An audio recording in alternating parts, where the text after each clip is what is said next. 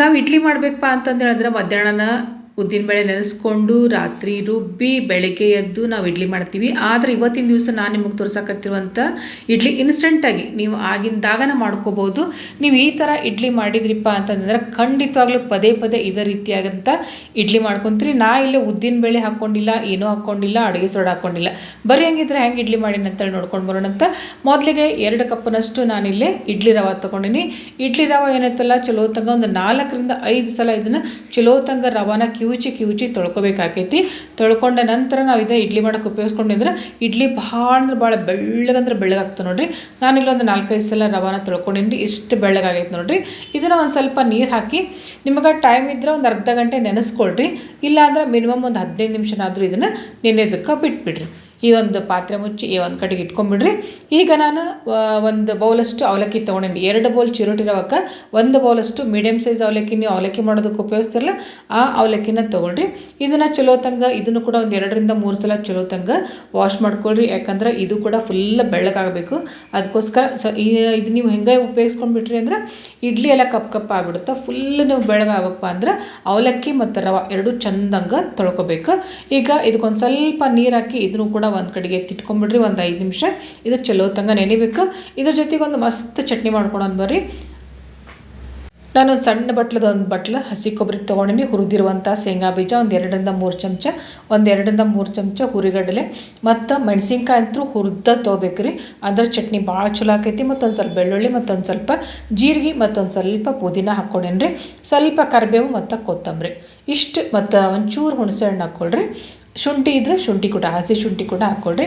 ರುಚಿಗೆ ತಕ್ಕಷ್ಟು ಉಪ್ಪು ಮತ್ತು ಒಂಚೂರು ಸಕ್ಕರೆ ಹಾಕ್ಕೊಂಡು ಮೊದಲಿಗೆ ಹಂಗನ ರುಬ್ಕೊಳ್ರಿ. ನಂತರ ಸ್ವಲ್ಪ ನೀರು ಹಾಕ್ಕೊಂಡು ತರಿಯಾಗಿ ರುಬ್ಕೊಂಡು ಇದಕ್ಕೊಂದು ಸ್ವಲ್ಪ ಜೀರಿಗೆ, ಸಾಸಿವೆ, ಒಣಮೆಣಸಿನ್ಕಾಯಿ, ಕರಿಬೇವು ಮತ್ತು ಒಂದು ಸ್ವಲ್ಪ ಹಿಂಗನ್ನು ಹಾಕ್ಕೊಂಡು ಇದು ಒಗ್ಗರಣೆ ಕೊಟ್ಕೊಂಡ್ಬಿಟ್ರಿ ಅಂದ್ರೆ ಇಡ್ಲಿ ಜೊತೆಗೆ ನಮ್ಮದೊಂದು ಬೆಸ್ಟ್ ಚಟ್ನಿ ರೆಡಿ ಆಯ್ತು.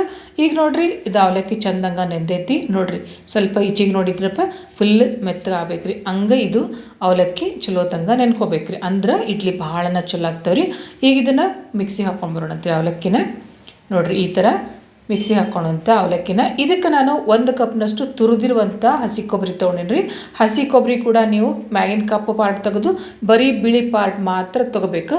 1 ಬೌಲಷ್ಟು ಮೊಸರು, ಹುಳಿ ಮೊಸರಾದರೂ ತೊಗೊರಿ ಅಥವಾ ಸಪ್ಪೆ ಮೊಸರಾದರೂ ತೊಗೊಂಡು ನಡೆಯುತ್ತೆ. ಸ್ವಲ್ಪ ನೀರು ಹಾಕ್ಕೊಡ್ರಿ ರುಬ್ಬೋದಕ್ಕೋಸ್ಕರ. ನಾ ಏನು ಅಳತಿ ತೋರಿಸಿನಲ್ಲಿ ಕರೆಕ್ಟಾಗಿ ನೀವು ಈ ಅಳತಿ ಹಾಕಿದ್ರಿ ಅಂದ್ರೆ ಇಡ್ಲಿ ಪಳ್ಳಾಗಿ ಮತ್ತು ಭಾಳ ಸಾಫ್ಟಾಗಿ ರುಚಿಯಾಗಿ ಬರ್ತೈತಿ. ಇದನ್ನು ನುಣ್ಣಗೆ ಈ ರೀತಿಯಾಗಿ ರುಬ್ಕೊಳ್ರಿ. ನೋಡಿರಿ ಈ ರೀತಿಯಾಗಿ ರುಬ್ಬಿಟ್ಕೊಳ್ರಿ. ಅಂದ್ರೆ ಇಡ್ಲಿ ಭಾಳನ ಚಲೋ ಬರ್ತಾವ್ರಿ. ದಯವಿಟ್ಟು ಯಾರಾದರೂ ನಮ್ಮ ಚಾನಲನ್ನು ಸಬ್ಸ್ಕ್ರೈಬ್ ಮಾಡ್ಕೊಳ್ಳೋದ್ರೆ ನೋಡಕತ್ತಿದ್ರಿ ಅಂದ್ರೆ ಪ್ಲೀಸ್ ಸಬ್ಸ್ಕ್ರೈಬ್ ಮಾಡ್ಕೊಳ್ರಿ. ಈಗ ನೋಡಿರಿ ರವೆ ಚಲೋ ತಂಗ ಮತ್ತೊಂದು ಸ್ವಲ್ಪ ನೆಂದೈತಿ. ನಾನು ಒಂದು ಅರ್ಧ ಗಂಟೆ ಬಿಟ್ಟಿದ್ದೆ ನೆನೆಯೋದಕ್ಕೆ. ಇದನ್ನು ಚಲೋ ತಂಗ ನೀರೆಲ್ಲ ಪೂರ್ತಿ ಕೈಯಿಂದ ಇಚ್ಚಿಗೆ ತೊಗೊಂಬಿಡ್ರಿ. ಸ್ವಲ್ಪನೂ ನೀರಿರಬಾರ್ದು. ತಕ್ಕೊಂಡು ಒಂದು ಪಾತ್ರೆ ಒಳಗೆ ಹಾಕೊಂಬಿಡ್ರಿ ಈ ರೀತಿಯಾಗಿ. ಮತ್ತು ಆಗಲೇ ನೀವು ರುಬ್ಬಿಟ್ಕೊಂಡಿದ್ರಲ್ಲ ಅವಲಕ್ಕಿ, ಮೊಸರು ಮತ್ತು ಹಸಿ ಕೊಬ್ಬರಿ ಮಿಶ್ರಣ ಅದನ್ನು ಕೂಡ ಇದ್ರ ಜೊತೆಗೆ ಸೇರಿಸ್ಕೊಳ್ರಿ. ಅದು ಭಾಳ ಸಣ್ಣ ಆಗ್ಬೇಕ್ರಿ ಚಲೋ ತಂಗ. ಅಂದ್ರನ ಇಡ್ಲಿ ಭಾಳ ಪಳ್ಳಾಗಿ ಬರ್ತಾವೆ. ಈಗ ನೋಡ್ರಿ ಇದನ್ನೈತಲ್ರಿ ಒಂದು 5 ನಿಮಿಷನಾದರೂ ಈ ರೀತಿಯಾಗಿ ಪೂರ್ತಿ ಉಡ್ದಂಗೆ ಮಾಡ್ಬೇಕ್ರಿ. ಇದನ್ನು ಚಲೋ ತಂಗ ಈ ರೀತಿಯಾಗಿ ತಿರುಗಿಸ್ಕೋಬೇಕ್ರಿ. ಅಂದ್ರೆ ರವೆ ಹಗೂರಾಗಿ ಇಡ್ಲಿ ಕೂಡ ಪಳ್ಳಾಗಿ ಬರ್ತಾವೆ. ರುಚಿಗೆ ತಕ್ಕಷ್ಟು ಉಪ್ಪನ್ನು ಸೇರಿಸ್ಕೊಂಡು ಈ ರೀತಿಯಾಗಿ ನೀವು ಬೀಟ್ ಮಾಡ್ಕೊಳ್ರಿ. ನೀವು ಎಷ್ಟು ಚಲೋ ತಂಗ ಈ ರೀತಿ ಬೀಟ್ ಮಾಡ್ಕೊತಿರಲ್ಲ ಇಡ್ಲಿ ಅಷ್ಟು ಪಳ್ಳಾಗಿ ಬರ್ತಾವೆ. ಯಾಕಂದ್ರೆ ನಾವು ಇದಕ್ಕೆ ಉದ್ದಿನಬೇಳೆ ಹಾಕ್ಕೊಂಡಿಲ್ಲ ಮತ್ತು ಈನೋ ಮತ್ತು ಸೋಡಾ ಯಾವುದನ್ನು ಸೇರಿಸ್ತಾನೆ ಮಾಡಕತ್ತೀವಲ್ರಿ. ಅದಕ್ಕೋಸ್ಕರ ಈ ಪ್ರೊಸೆಸ್ ಭಾಳನ ಇಂಪಾರ್ಟೆಂಟ್ ರೀ.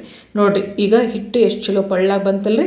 ನೋಡ್ರಿ ಒಂಥರ ಬುರುಗ್ ಅನ್ಸಕತ್ತೈತಿ. ಈ ರೀತಿಯಾಗಿ ನಮ್ಗೆ ಹಿಟ್ಟು ರೆಡಿ ಆಗಬೇಕು. ಅಂದ್ರೆ ನಮ್ಗೆ ಇಡ್ಲಿ ಮಾಡೋದಕ್ಕೆ ಇದು ಕರೆಕ್ಟಾಗಿ ಒಂದು ಕನ್ಸಿಸ್ಟೆನ್ಸಿ ಬಂದಿತ್ತು ಅಂತೇಳಿ ಅರ್ಥ. ಈಗ ನಾನು ಇಡ್ಲಿ ಪಾತ್ರೆಗೆ ಸ್ವಲ್ಪ ಎಣ್ಣೆ ಹಚ್ಕೊತೀನಿ. ಎಣ್ಣೆ ಹಚ್ಕೊಂಡು ಎಲ್ಲ ಇಡ್ಲಿ ಹಾಕ್ಕೊತೀನಿ ಇದಕ್ಕೆ ಪೂರ್ತಿಯಾಗಿ. ನೀವು ಉಳಿದೋದೆಲ್ಲ ಸೇಮ್ ನೀವು ಯಾವ ರೀತಿ ಇಡ್ಲಿ ಮಾಡ್ಕೊತಿರಲ್ಲ ಅದೇ ರೀತಿನ ಇಡ್ಲಿಗಳನ್ನು ಬೇಯಿಸ್ಕೊಂಡು ಬರಬೇಕು.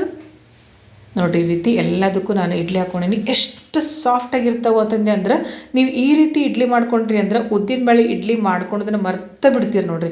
ಅಷ್ಟು ಚಲೋ ಆಗ್ತಾವ್ರಿ. ಈಗ ನಾ ಎಲ್ಲ ಹಾಕ್ಕೊಂಡು ಕುಕ್ಕರ್ ಒಳಗೆ ಇಟ್ಕೊಂಡು ವಿಷಲ್ ಹಾಕ್ಲಾರ್ದೆ ಒಂದು 5 ರಿಂದ 6 ನಿಮಿಷ ಇದನ್ನು ಬೇಯಿಸ್ಕೊಂಡು ಬರ್ರಿ. ನೀವು ಸೇಮ್ ನಾರ್ಮಲ್ ಇಡ್ಲಿ ಹೆಂಗೆ ಮಾಡ್ತಿರಲ್ಲ ಅದೇ ರೀತಿಯಾಗಿ ಮಾಡ್ಕೊಳ್ರಿ. ಈಗ ನೋಡಿರಿ ಎಲ್ಲ ಇಡ್ಲಿಗಳು ಎಷ್ಟು ಚಂದ ಬೆಂದಾವು. ಈಗ ಸ್ವಲ್ಪ ಆರಿದ ನಂತರ ನೀವು ಈ ರೀತಿಯಾಗಿ ಎಲ್ಲ ಇಡ್ಲಿಗಳನ್ನು ತೆಗೆದು ಇದ್ರ ಜೊತೆಗೆ ನೀವು ಬೇಕಿದ್ರೆ ಟೊಮೆಟೊ ಹಣ್ಣಿನ ಚಟ್ನಿ ಮಾಡ್ಕೋಬೋದು ಅಥವಾ ಕೊಬ್ಬರಿ ಚಟ್ನಿ ಮಾಡ್ಕೋಬೋದು ಮತ್ತು ಸಾಂಬಾರು ಮಾಡ್ಕೋಬೋದು. ಎಲ್ಲದ್ರ ಜೊತೆಗೂ ಬೆಸ್ಟ್ ಕಾಂಬಿನೇಷನ್ ಇದೆ ನೋಡಿರಿ. ಈ ರೀತಿಯಾಗಿ ನೋಡಿರಿ ಈ ರೀತಿ ಇಚ್ಕಿದ್ರೆ ಎಷ್ಟು ಪಳ್ಳಂದ್ರೆ ಪಳ್ಳಾಗಿರ್ತಾವೆ ರೀ. ಮೂರೋದ್ರಂತೂ ಎಷ್ಟು ಬಾಯಾಗಿ ಇಟ್ಟರೆ ಕರಬೇಕು ನೋಡಿರಿ, ಅಷ್ಟು ಸಾಫ್ಟ್ ರೀ. ನೋಡ್ರಿ ಅದ್ರಿ ಇಷ್ಟು ಸಾಫ್ಟಾಗಿರ್ತಾವೆ ನೋಡಿರಿ. ನೋಡಿದ್ರಲ್ಲ ಫ್ರೆಂಡ್ಸ್, ಇವತ್ತಿನ ದಿವಸ ನಾನು ಅಡುಗೆ ಸೋಡಾ ಮತ್ತು ಏನನ್ನು ಬಳಸ್ತಾ ಉದ್ದಿನಬೇಳೆಯನ್ನು ಬಳಸ್ತಾ ಒಂದು ಬೆಸ್ಟ್ ರೆಸಿಪಿ ತರಿಸ್ಕೊಟ್ಟಿನಿ. ಇನ್ಸ್ಟೆಂಟ್ ಇಡ್ಲಿ ರೆಸಿಪಿ ತರಿಸ್ಕೊಟ್ಟಿನಿ. ನಿಮಗೆಲ್ಲ ವಿಡಿಯೋ ಇಷ್ಟ ಆಗಿದೆ ಅಂದ್ಕೊಂಡಿನಿ. ವಿಡಿಯೋ ಇಷ್ಟ ಆಗಿತ್ತಪ್ಪ ಅಂದ್ರೆ ದಯವಿಟ್ಟು ಒಂದು ಲೈಕ್ ಕೊಡೋದನ್ನ ಮರಿಬೇಡ್ರಿ, ಶೇರ್ ಮಾಡಿರಿ, ಸಬ್ಸ್ಕ್ರೈಬ್ ಮಾಡಿರಿ ಮತ್ತು ನಿಮ್ಮ ಫ್ರೆಂಡ್ಸ್ ಜೊತೆಗೂ ನಮ್ಮ ವಿಡಿಯೋನ ಶೇರ್ ಮಾಡಿಕೊಡ್ರಿ. ಮತ್ತು ಮುಂದಿನ ವಿಡಿಯೋದೊಳಗೆ ಸಿಗೋಣ ಅಂತ. ಅಲ್ಲಿವರೆಗೂ ಥ್ಯಾಂಕ್ ಯು, ನಮಸ್ಕಾರ.